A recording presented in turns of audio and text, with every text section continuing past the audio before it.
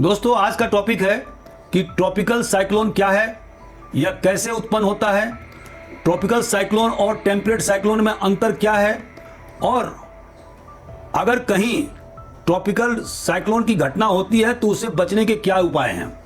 और दोस्तों यह टॉपिक मैंने क्यों लिया, क्योंकि अभी आपने समाचार पत्रों में देखा होगा कि बंगाल के तटवर्तीय इलाकों में और बांग्लादेश के दक्षिणी इलाकों में बंगाल की खाड़ी में जबरदस्त तूफान आया है जो 135 किलोमीटर प्रति घंटे की रफ्तार से चल रही है और इसके कारण से बांग्लादेश की राजधानी ढाका में सड़कों पर पानी फैल गया है। एक फ्लड की स्थिति या मतलब बाढ़ की स्थिति हो गई है। उसी तरह से पश्चिमी बंगाल के सागर द्वीप इलाके में और सुंदरबन के इलाके में भारी जल का जमाव हो गया है। लोगों को तटवर्ती इलाके से हटाया जा रहा है। करीब 16 लोगों की मृत्यु हो गई है और लाखों घरों में बिजली गुल हो गया है। मतलब पूरी तरह से इलेक्ट्रिसिटी कनेक्शन काट दिया गया है ताकि जान माल की हिफाजत किया जा सके। 15,000 से ज्यादा घर डैमेज हो गए हैं। एनडीआरएफ की टीम केंद्र सरकार के द्वारा और एसडीआरएफ की टीम राज्य सरकार के द्वारा तटवर्तीय इलाके में लगाई गई है ताकि लोगों को वहां से हटाया जा सके और शेल्टर स्थल पर मतलब साइक्लोन शेल्टर स्थल पर उन्हें पहुंचाया जा सके। अभी तक करीब 10 लाख लोगों को मतलब 8 लाख बांग्लादेश में और 2 लाख हिंदुस्तान के पश्चिमी बंगाल में लोगों को अपने घरों से हटा करके शेल्टर प्लेसेस में मतलब आश्रय स्थल पर रखा गया है।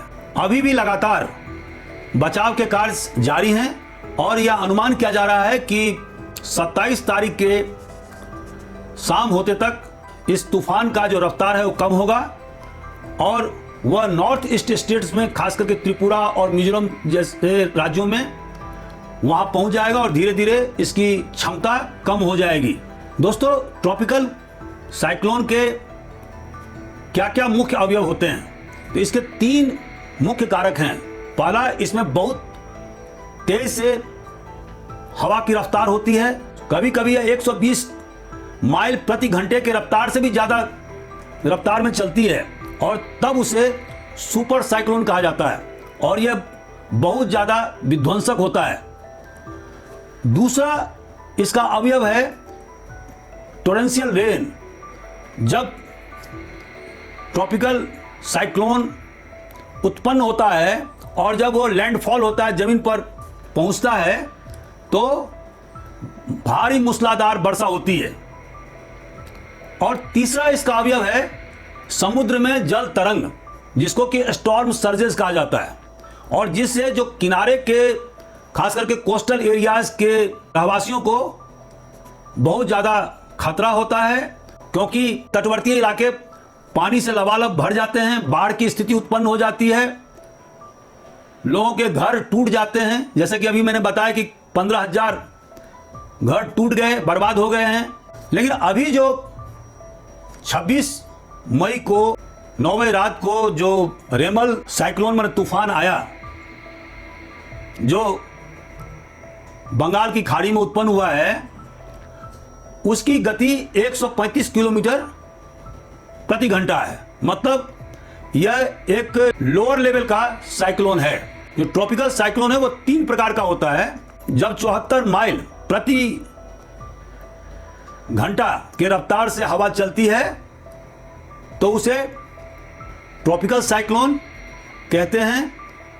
जब 74 माइल प्रति घंटा से ज्यादा और 120 माइल प्रति घंटा के रफ्तार से हवा चलती है तो उसे गंभीर सीवियर साइक्लोन कहते हैं।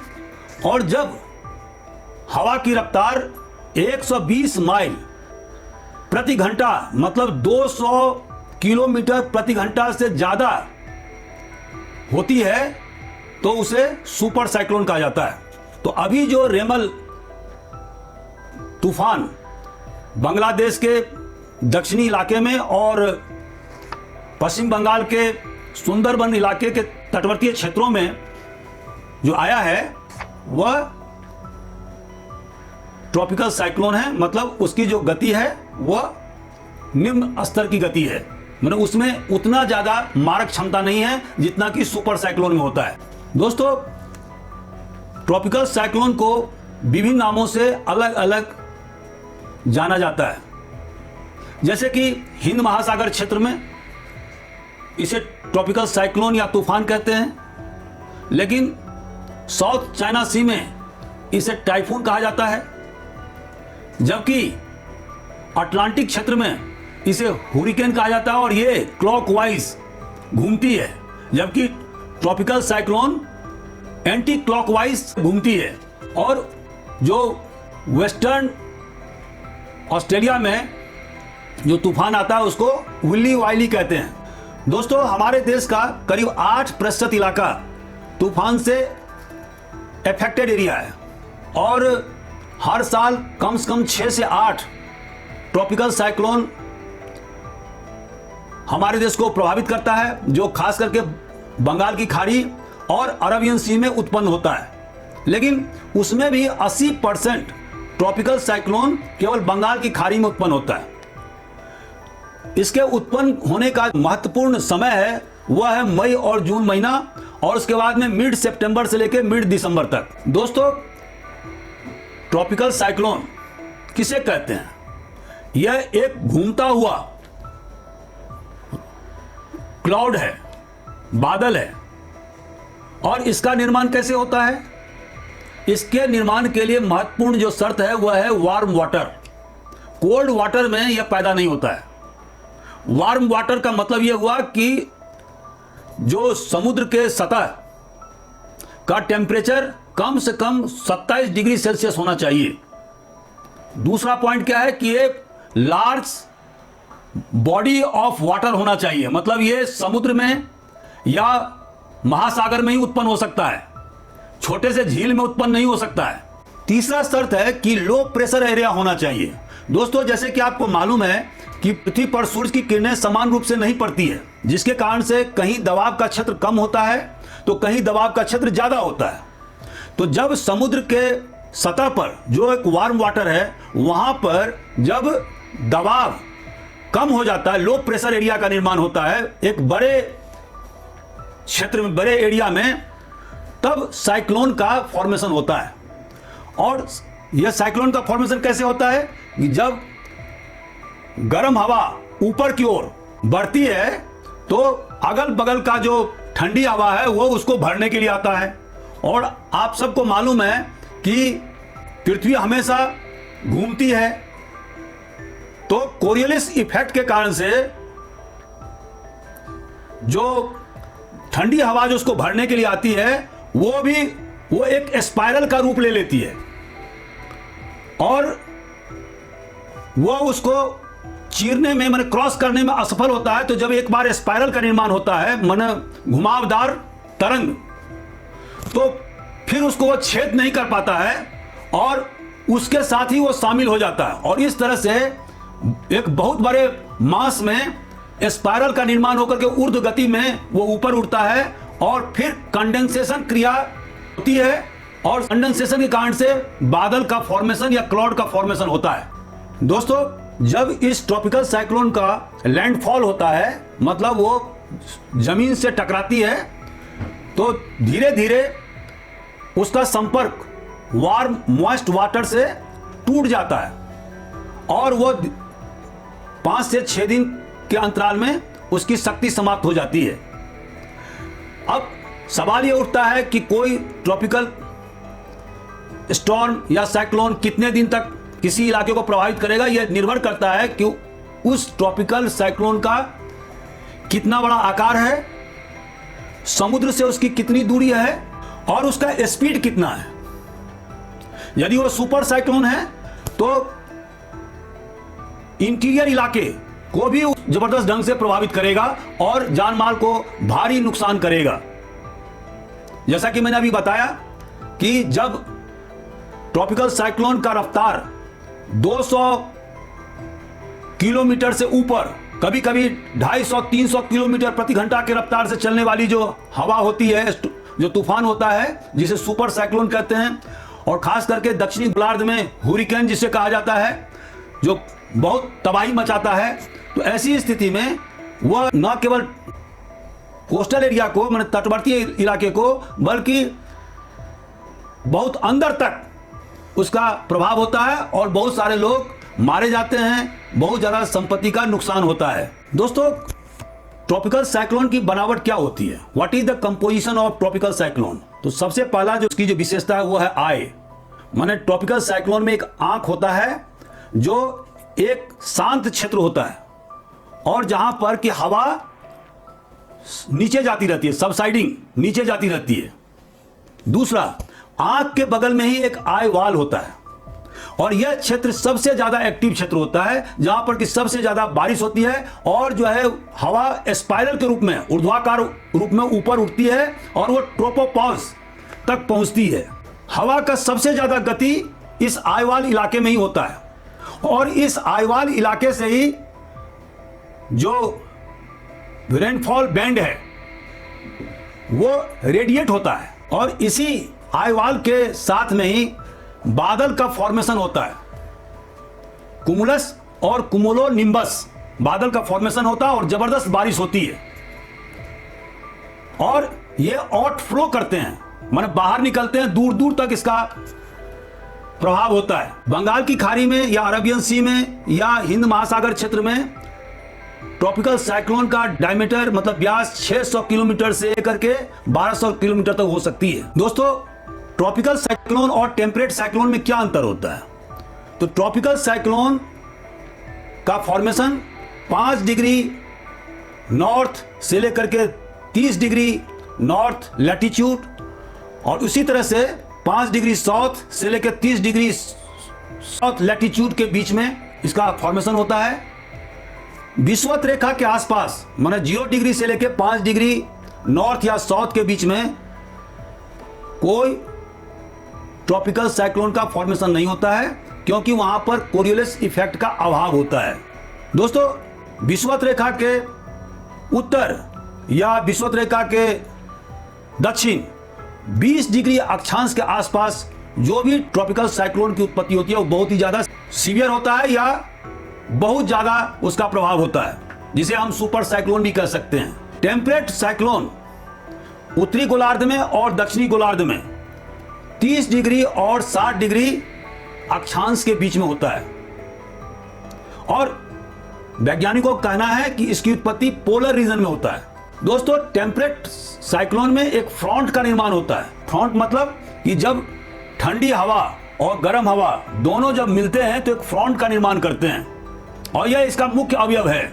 लेकिन ट्रॉपिकल साइक्लोन में इस प्रकार का कोई फ्रंट नहीं पाया जाता है। दोस्तों, टेम्परेट साइक्लोन जमीन पर या समुद्र दोनों जगह पैदा हो सकता है, लेकिन ट्रॉपिकल साइक्लोन हमेशा समुद्र में और उस समुद्र में जहां पर की सतह वार्म होता है और कम से कम 27 डिग्री सेल्सियस उसका तापमान होना चाहिए, तभी ही ट्रॉपिकल साइक्लोन का निर्माण हो सकता है। दोस्तों, टेम्परेट साइक्लोन का आकार ट्रॉपिकल साइक्लोन से बहुत ज्यादा होता है और यह बहुत बड़े भूभाग को प्रभावित करता है, लेकिन इससे उतना जान माल का नुकसान नहीं होता है जितना ट्रॉपिकल साइक्लोन से होता है, क्योंकि जो विंड वेलोसिटी है वो टेम्परेट साइक्लोन में उतना ज्यादा नहीं होता है जितना कि ट्रॉपिकल साइक्लोन में होता है। टेम्परेट साइक्लोन पश्चिम से पूरब की तरफ घूमती है, जबकि ट्रॉपिकल साइक्लोन पूरब से पश्चिम की तरफ घूमती है। तो दोस्तों, ये मुख्य अंतर है और सबसे बड़ा जो अंतर है कि जैसे मैंने अभी बताया कि ट्रॉपिकल साइक्लोन में आंख का निर्माण होता है जो एक शांत क्षेत्र होता है, लेकिन टेम्परेट साइक्लोन में किसी प्रकार के आंख का निर्माण नहीं होता है। तो ये है मुख्य अंतर। दोस्तों, आखिर ट्रॉपिकल साइक्लोन से बचने के क्या उपाय हैं, उसके विध्वंसक शक्ति को कैसे कम किया जा सके ताकि जान माल की हिफाजत किया जा सके, तो सबसे पहला जो स्टेप है वो है कि तटवर्तीय इलाके में किसी को भी घर बनाने की अनुमति नहीं दिया जाए। दूसरा, तटवर्तीय क्षेत्रों में जगह जगह साइक्लोन सेंटर का निर्माण किया जाए। तीसरा, कि जो भी घर का निर्माण हो वो पूरी तरह से इंजीनियर्ड स्ट्रक्चर होना चाहिए, अर्थात थैच्ड घर या फूस के घर या कच्चा मकान इस सब की बनाने की अनुमति नहीं दिया जाना चाहिए, क्योंकि इससे सबसे ज्यादा नुकसान होता है, जान माल का नुकसान होता है। जब तेज हवा चलती है तो ये फूस के मकान सब उड़ जाते हैं और उसी के अंदर लोग दब के मर जाते हैं। दोस्तों, जब भी ट्रॉपिकल साइक्लोन की सूचना मिलती है तो तत्काल उस इलाके को खाली कराया जाना चाहिए और इसे तत्परतापूर्वक करना चाहिए। तटवर्तीय क्षेत्रों में कोस्टल बेल्ट का निर्माण किया जाना चाहिए, बांध बनाया जाना चाहिए, ताकि जो जल तरंग जो उत्पन्न होते हैं, जिसको कि स्टॉर्म सर्ज कहा जाता है, उसे से अधिक रोका जा सके और तटवर्तीय इलाके में पानी फैलने से उसे रोका जा सकता है अगर हम मजबूत बांध का निर्माण करते हैं, जिसको कि कोस्टल बेल्ट कहा जाता है। सभी देशों ने साइक्लोन वार्निंग सिस्टम इंस्टॉल किया हुआ है और जब भी इस प्रकार का अंदेशा हो कि ट्रॉपिकल साइक्लोन आने वाला है, तत्काल चेतावनी दिया जाना चाहिए और समुद्र से मछुआरा को तत्काल विड्रॉ करवाना चाहिए और यह चेतावनी दिया जाना चाहिए कि कोई भी समुद्र में तब तक नहीं घुसे जब तक कि सरकार की अनुमति नहीं हो। साइक्लोन को डिटेक्ट करने के लिए रडार और सैटेलाइट का उपयोग किया जाना चाहिए और भारत सरकार इसके लिए तत्परता पूर्वक कार्य कर रही है और विभिन्न प्रकार के सैटेलाइट्स का निर्माण भारत सरकार के द्वारा किए गए हैं और जो हमेशा समुद्र की गतिविधि पर निगरानी रखे हुए हैं। दोस्तों, अगर मान लीजिए कि ट्रॉपिकल साइक्लोन घटित हुआ तो अब ऐसी स्थिति में क्या किया जाना चाहिए, उससे बचने के क्या क्या उपाय हैं। तो सबसे पहला उपाय, जैसे मैंने बताया, कि इवैक्यूएशन करना चाहिए। तटवर्तीय इलाके में जो लोग बासिंदे हैं उनको वहां से हटा करके साइक्लोन सेंटर्स पर पहुंचाया जाना चाहिए। सर्च और रेस्क्यू ऑपरेशन तेजी से किया जाना चाहिए कि जो लोग मलबा में दबे हैं या घर से बाहर नहीं निकल पा रहे हैं उन्हें निकाल बाहर करना चाहिए, उन्हें सुरक्षित जगह पहुंचाना चाहिए।